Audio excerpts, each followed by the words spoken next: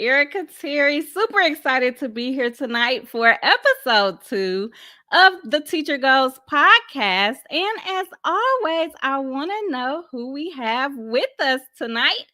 And so, just to kick us off, tell me where you're from, what your role is in education, and while you're doing that, I'm going to tell you what we have in store tonight. We have the author of Middle School Matters, Phyllis Fagell, who is a school counselor, a therapist, and she is going to come and talk to us about a wide array of issues with those middle schoolers. But more specifically, we're going to be focusing on how can we implement strategies that encourage them to take academic risk. And so that is what we have in store tonight. And before I bring her on, I want to know who we have with us. So say hello in the comments and let me know what your role is in education.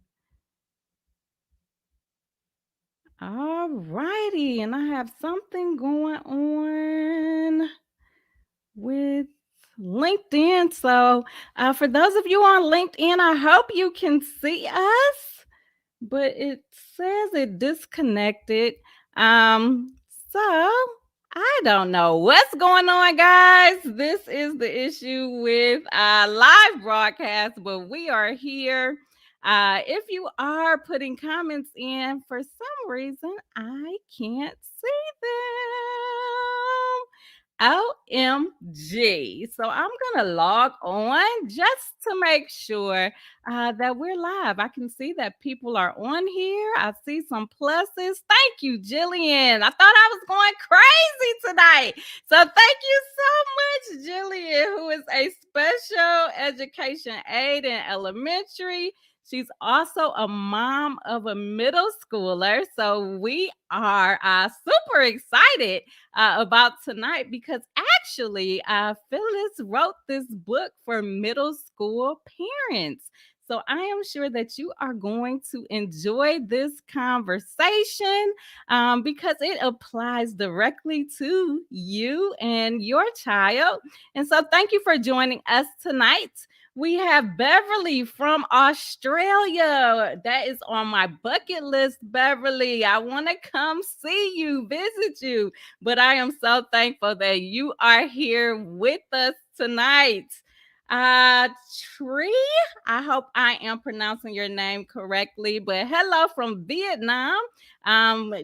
You are an English teacher for kids who are learning Cambridge. So welcome. We're so glad to have you with us tonight.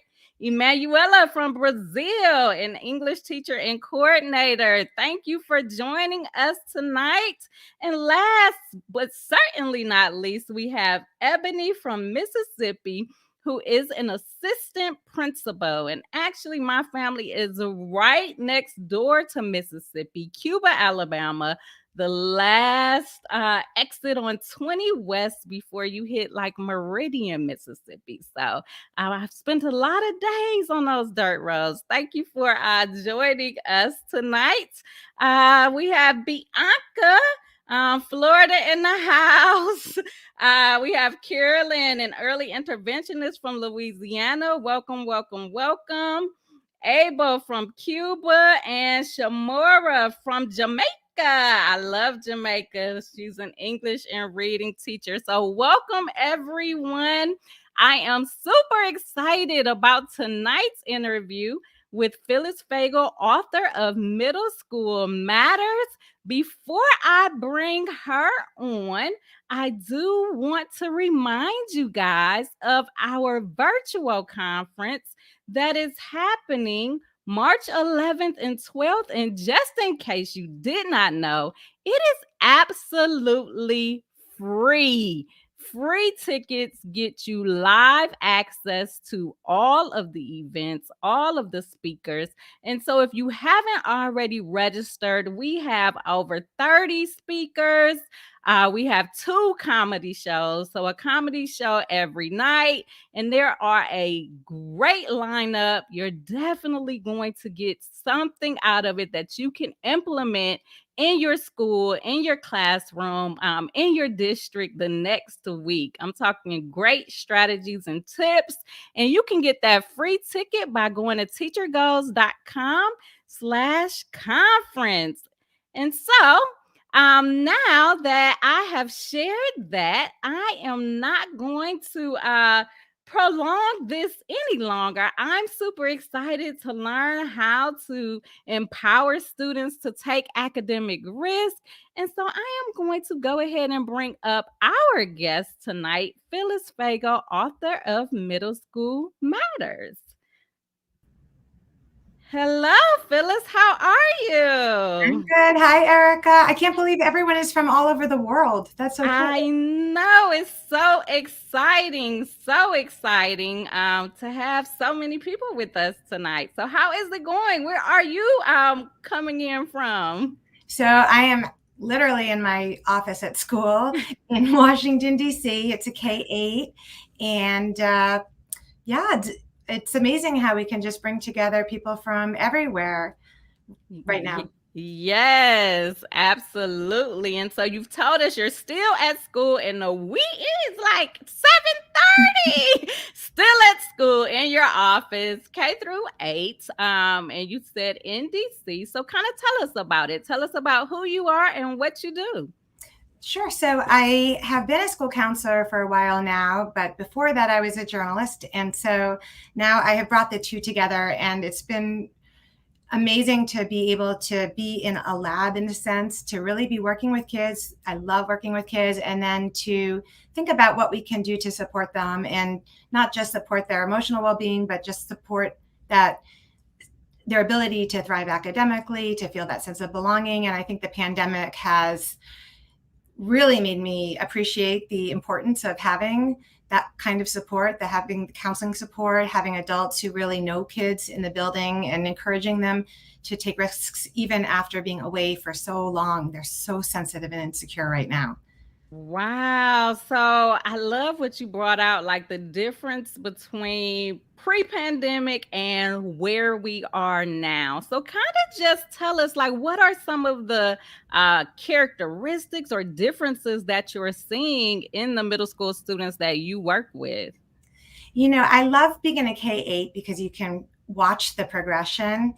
And it's interesting to me that the middle schoolers now present very much like what elementary school students often present like. And I think some of you may have seen those charts where the last time an eighth grader was in school in a completely normal traditional year, no masks, no hybrid, no anything, was when they were in fifth grade. And I think we're seeing that impact that has had on kids in so many different ways. So with the middle schoolers in particular, they're still developmentally middle schoolers in the sense that they're insecure and they want to figure out who their friends are, and they want to make sure that they're funny and that no one is not taking them seriously, and that teachers like them, and that their friends think they're cool. All of the things that we normally traditionally think about with middle schoolers as they're figuring out their identity and who they are the same. But I've been saying they're extreme middle schoolers. It's the same, but amplified, an extreme version of themselves. So the good news is anything we figure out that works right now, we keep these kids engaged and learning and well-adjusted and self-regulated, I think will work with almost any middle schooler for the rest of time. Wow. So that is something positive that every teacher can take right now. It is extreme. I'm sure any grade level, you would agree. Like it is extreme middle school, extreme elementary school. My daughter's kindergarten, and I feel like she's extreme. And so the good news about these extreme situations, extreme students, is that once you find that magic, that formula that keeps them engaged, that helps them to grow academically, these strategies are going to work forever. And so that is definitely a positive that we can take from everything that's going on that doesn't feel so positive. So thank you for sharing those words of wisdom. And so, continuing on with the words of wisdom, we are going to jump right into talking about your book, Middle School Matters. So, kind of just give us an overview of what it is and how it differs from other books out there. So you mentioned that it's a book I wrote for parents, but I really wrote it for myself when I was working in a middle school. I had been in an elementary school, I'd been in a high school, and when I showed up in middle school, I thought, okay, this is not the same experience. These are not the same kids as these other settings. I thought I was going to have it all under control because I had worked with kids who were younger and kids who were older. And so I went looking to find really practical guides, not just to the developmental phase, sort of like a yardsticks thing, but to have practical strategies for working with kids and for working with parents. Because in my role, I have a lot of interaction with parents and helping them support their kids. And it didn't exist. It really just didn't exist. And so even though I wrote this book for parents, in many ways I wrote it for educators, and I do have an educator pull-out section in each chapter because I needed to give a language to educators and to parents that was common, so that they had a common language, common goals, so everyone was working together and understood all of these behaviors that are so often misinterpreted by both teachers and by parents.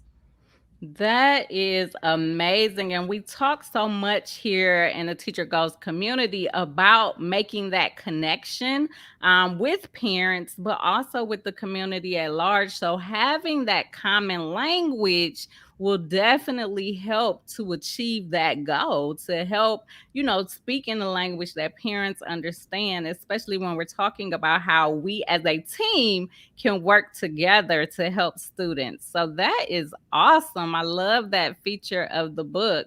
And so I want you to walk us through tonight. We're going to go through just one chapter of the book, the chapter about empowering middle school students to take academic risks. So kind of just walk us through, like, how do we accomplish that goal? What does it look like? So when I wrote the book, obviously it was pre-pandemic. It was close to the end of 2019.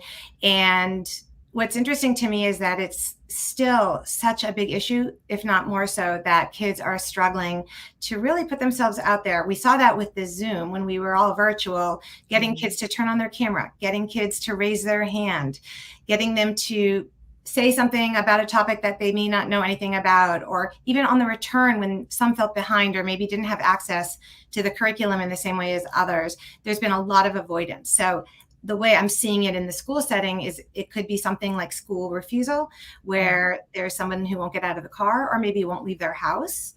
I might see it with somebody who's a perfectionist, because I think grades are one of the few things kids seem like they feel like they can control at a time when they are so small and powerless.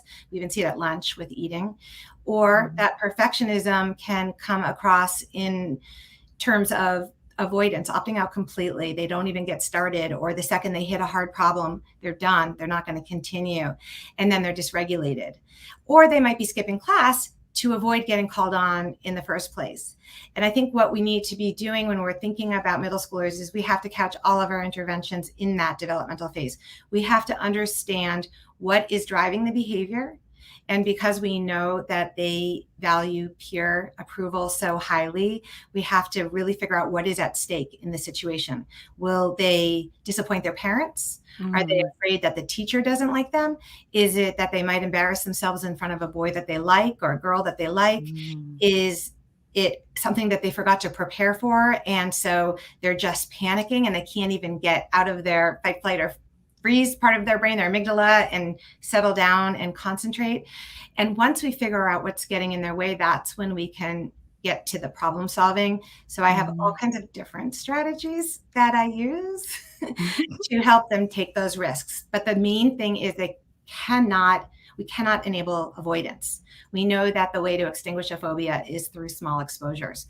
And so we have to calibrate the risk the right way, at the right level. So if we don't push them out of their comfort zone, number one, it's going to become habitual. Number two, it's going to convince them that they can't do it. Number three, they're going to think the teacher thinks that they can't do it. And so it becomes this self-fulfilling prophecy. They just get stuck. And on the other hand, if we move too far, too fast, and we push them so hard, and we're all or nothing, we're black or white, like, no, you must take that test right now in front of all of your peers in this room, in your normal seat, having not prepared, and then they fail, really what we're going to do is just heighten the anxiety. They're going to avoid it even more going forward. So I ask kids, I want you to tell me what this risk is on a scale of 1 to 10. And in the book, I use the example of something called Tiny TED Talks. And this is an assignment that we give our 7th graders where they have to give a 3-minute memorized taped presentation about a salient part of their identity, some part of them that feels like they're misunderstood. So it could be a kid who is a really tall Black kid and everyone thinks he's good at basketball. He doesn't like basketball. It could be a kid who has a learning challenge and people don't think they're smart. And it's just that they have something getting in their way. And so they give these really powerful, short, tiny TED Talks. But as you can imagine, if you have to give a talk like that, that's so personal in front of your classmates, and you have to memorize it and you have to do it knowing it's being recorded for posterity, that's a lot of pressure. And so my first year here, I found kids crying in the bathroom on that day. And after that, I always need to check the bathroom on the Tiny TED Talk day. Yeah. And so what I do with those students is I ask them first that question on a scale of 1 to 10, how big of a risk is this? And usually it's like a 10, because middle schoolers, it's all extremes. There's no anything in between. And then I asked them to think about what would constitute a risk in that 4 to 7 range. So using the example of skipping class because they don't want to get called on by the Spanish teacher because they struggle, let's say, in Spanish. The answer isn't that they can hang out in my office crying about Spanish and avoiding that situation. But on the other hand, I'm going to be careful and deliberate and thoughtful about how we get them into that environment. So it might be that for that first instance, we assure them that we won't call on them. And I talk to the teacher. Okay. Then maybe the next step is that the teacher tells them in advance what the question will be so they can prepare and know that they will get it right. But we want to always be moving the dial forward. Yes, like it reminds me of like providing those scaffolded supports with students with disabilities or struggling learners. And so I love the question of the scale from 1 to 10, right? And then really walking them through, okay, you feel like it's a 10, but what can we do? Or, how can we make it go from this 10 to a 4 to 7 range? So I think that's really, really a powerful strategy. And then also working together. I heard you say you're collaborating, you're talking with the teacher, sharing, how the students feel, talking with them about strategies that we can implement in order to, remove those barriers that the student feel and make them, more comfortable with something as big as a TED Talk. It's been on my bucket list and I still haven't tried because it's just so big, right? So I can only imagine how a middle school student would feel. So that is a great example.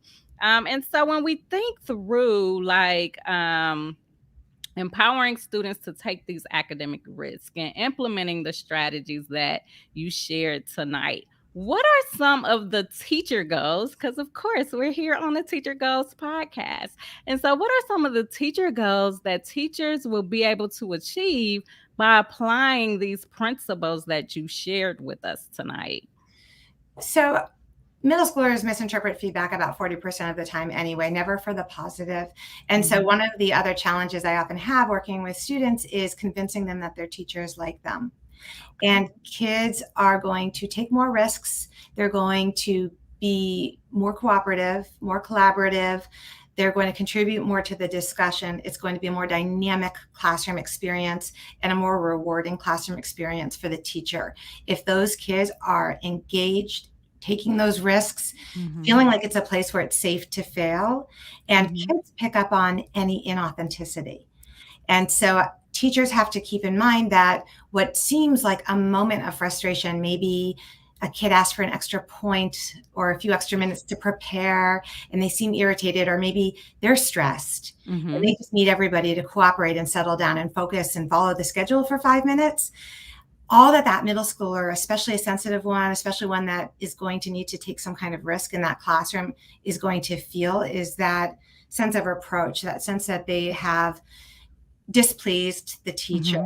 And in order for kids and teachers to get beyond that that communication piece is really, really important. But the payoff, the question you just asked me, is that the other side of that is you get more of all of those things that make teaching awesome. You have Yes. kids who want to be there and Mhm. contribute and allow you to impart the content. They learn the content. They actually learn what you want them to do. Awesome. So those are great benefits to implementing these strategies. But as we know, every educator knows that anytime we attempt to implement new strategies or try a new approach, there are always challenges. Nothing ever goes the way we plan it, the way we think it's going to go. And so I want our final question of the night to really dig into what are some of the challenges that teachers tend to have when attempting to empower students to take academic risks using these strategies? And most importantly, what can they do to overcome these challenges? I think this is where that communication piece comes in. And actually, it can be really helpful to check in with the school counselor, especially if you're feeling like the relationship isn't on solid ground. Mhm. Because for the teacher, and this is something that comes up with parents and it comes up with teachers, it can seem like a middle schooler is being fresh or rude. Mhm. They might say, "Why do we have to do that?" Or "What's the point?" Or "I'm not going to do that, because it doesn't make sense to me." And it feels very abrasive. It Mhm. feels confrontational. And really, for the middle schooler, it's not. And I hear this over and over again. In their mind, they just want to know what's going on in your mind. They want to know what you are thinking. What is, for real, like, what is the point of this project? Right, Why do, right, why do we have to do it right now? I want to see my friends. And when right, can I see my friends?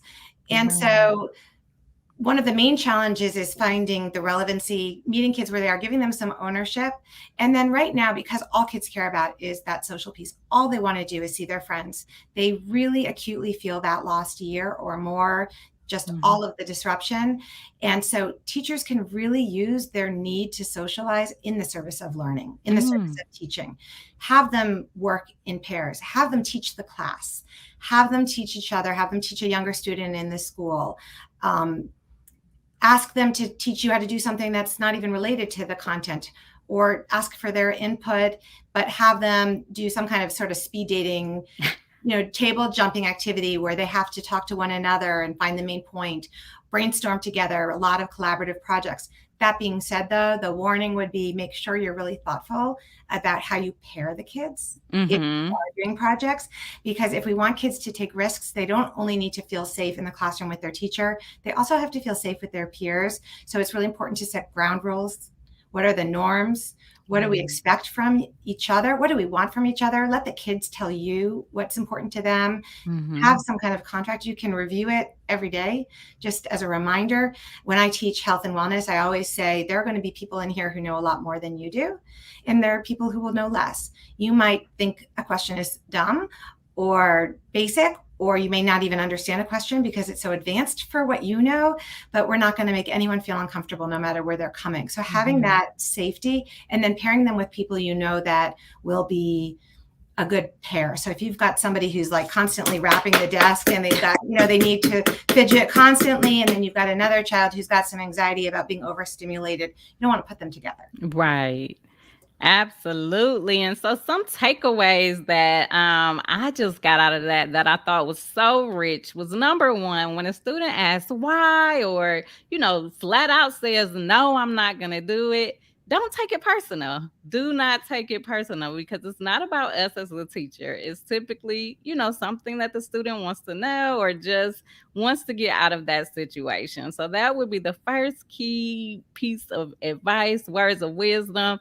Don't take it personal. And then secondly, have a understanding that students were away from each other for over a year and they just want to socialize. So let's use that to our benefit and create daily activities that incorporate more opportunities for student talk, more opportunities for them to work in pairs or small groups so that they can socialize while also working towards mastering those learning targets, which which is what we want to happen, right? So definitely using that to our benefit. Any other advice that you want to add before we wrap up this interview tonight?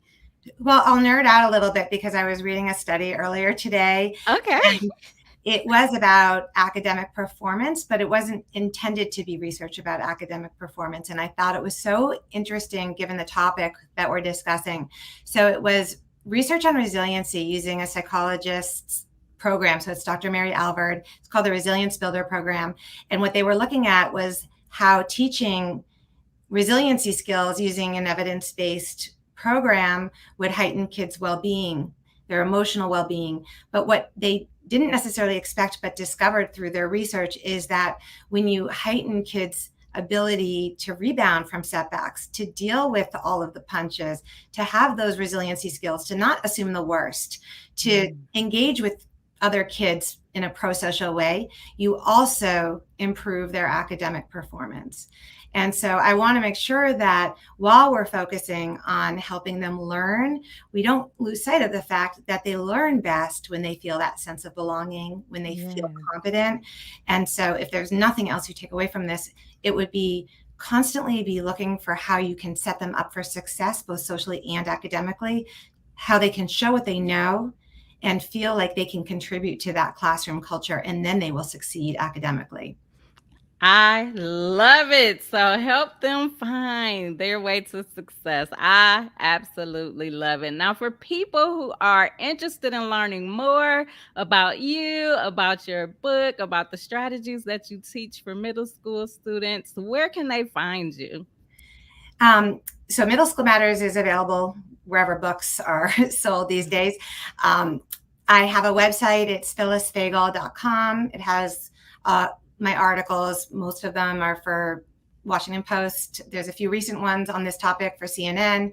And then my Twitter feed, which is the only social media where I'm really active, is @pfagell. And I tweet a lot about middle school there.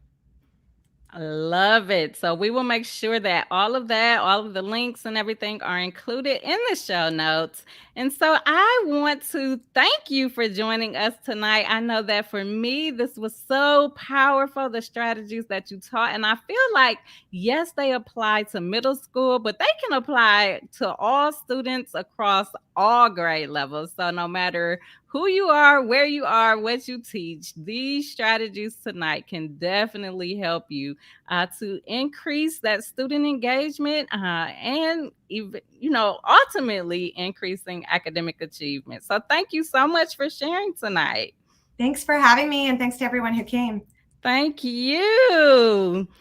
All right. So we always like to end with an opportunity for Q&A. And so I am going to pull up the comments for those of you that are on with us tonight. If you have any questions, go ahead and put them in the comments, and I am going to be pulling them up right now. And so I thank you. I see a lot of people told us where they're from. We have Ayeni from Nigeria. So thank you for joining us. We have Trey, a fourth grade teacher in Indiana. Thank you so much for joining us. I am so excited. So I am scrolling now. So this is a question about the first episode. Actually, Margarita, is it possible to access the first episode of this webcast?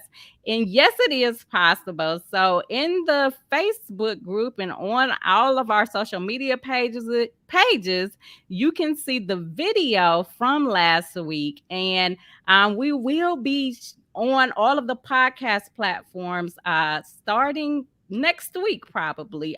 So early next week, we'll be on all of those podcasts Google, Apple, wherever you listen, Spotify, wherever you listen from, you will be able to find it. And so we will make sure that we let you guys know when it's available. But you can find it right now on any of social media page. You're on LinkedIn, so I believe it's still there. And you will find it from the feed last week. Great question. Great question. And so, for those of you asking about the podcast, if you go to the Teacher Goals website, you will find all the information there about episodes, how to get on, uh, teachergoals.com/podcast, I believe. But if you go to teachergoals.com, you can click the header and it'll take you to that podcast page and you'll get all the answers from there. Thank you so much. Always enjoy your podcast. You are exceptional. We have exceptional guests who just make us look good. So thank you so much. Bianca says she loves this problem solving. So love that. Debbie says being real with them and allowing them to talk it out is so helpful. Anything to add about that? Being real, keeping it real, allowing them to talk it out. Any experiences to share? Are you asking me or the people? Yes, asking you. I'm so distracted by listening to everyone else's ideas. I actually love seeing what other people are doing and hearing about their strategies too. So keep them coming. Yes. Keeping it real, I think being authentic really means that you let them know that you're not perfect either. So if you're frustrated, you say, you know what? I'm feeling a little stressed, so let's just take 5 minutes and then we're going to regroup.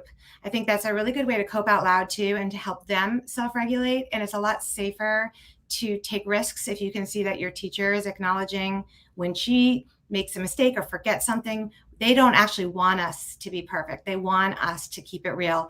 And then the other piece of keeping it real is making sure that all of our communication is consistent. So our tone, our body language, the words we use, whether we're looking at a phone instead of talking to them while we're listening to them, all of those little things, if they're out of alignment, it will feel like we're being insincere to a child, and they are exquisitely sensitive, especially right now. And so just taking a moment when someone is coming to us, especially if it's with something where they're showing vulnerability, putting everything aside, giving them our undivided attention, even if it's very briefly, so that they can feel heard and that they feel liked. That sense of belonging is so critical.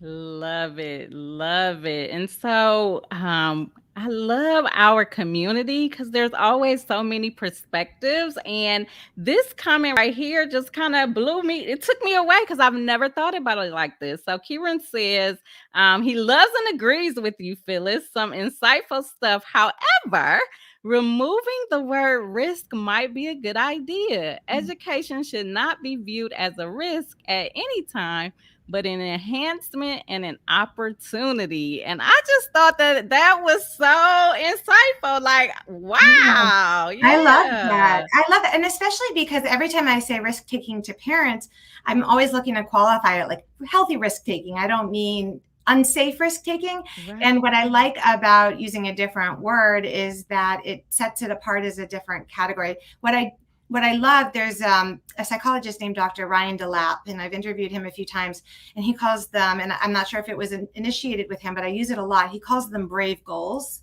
and it comes from motivational interviewing.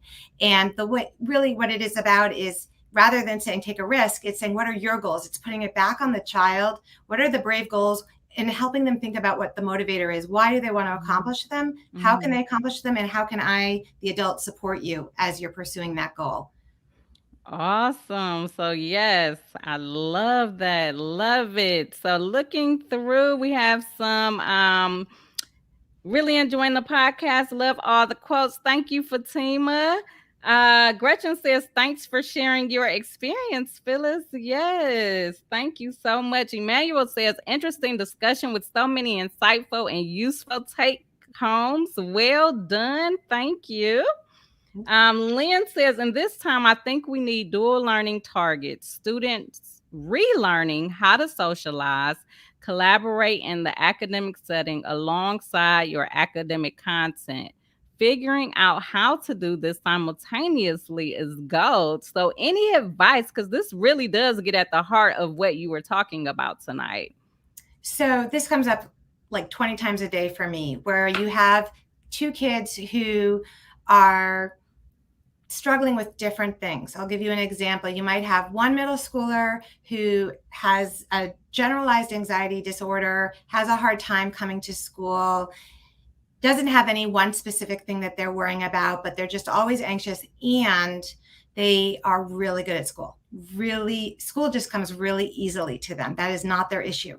And then you have another student who doesn't struggle with any kind of general anxiety, but they have a very, very specific fear about being called upon in the classroom because school is really hard for them. Mm-hmm. And so helping the child for whom it comes easy understand why rushing someone through an answer or rolling your eyes when they're talking actually feels as bad to them as some of those other anxieties feel to you. It seems to us as adults like they should just intuitively get it because they have their own anxiety, but they don't. We really do need to be very deliberate and intentional about building that empathy in kids, helping them step into someone else's shoes. It is not something that they're able to do on their own. Thank you for that. So, a question we have from Jillian. She says, I am struggling with my middle schooler liking subjects. It seems if she doesn't like the subject, she doesn't like the teacher. So, any advice, any strategies that she can use to help her daughter? Yes, and actually that's my next Washington Post article. So keep an eye out for it. It's on how working with kids to sort of do things that they don't like or that they're not good at, and how you don't have to tether those two things together. You can quit something even if you're really good at it, and you can do something even if you're not good at it. It's okay to pursue something that doesn't come easily to you, but it's harder by definition. And it's especially hard if you're unsure what your standing is in the teacher's eyes, if you're worried they'll like you less because you're not good at the subject. And I think it's a misconception on the part of students that they only like their best students.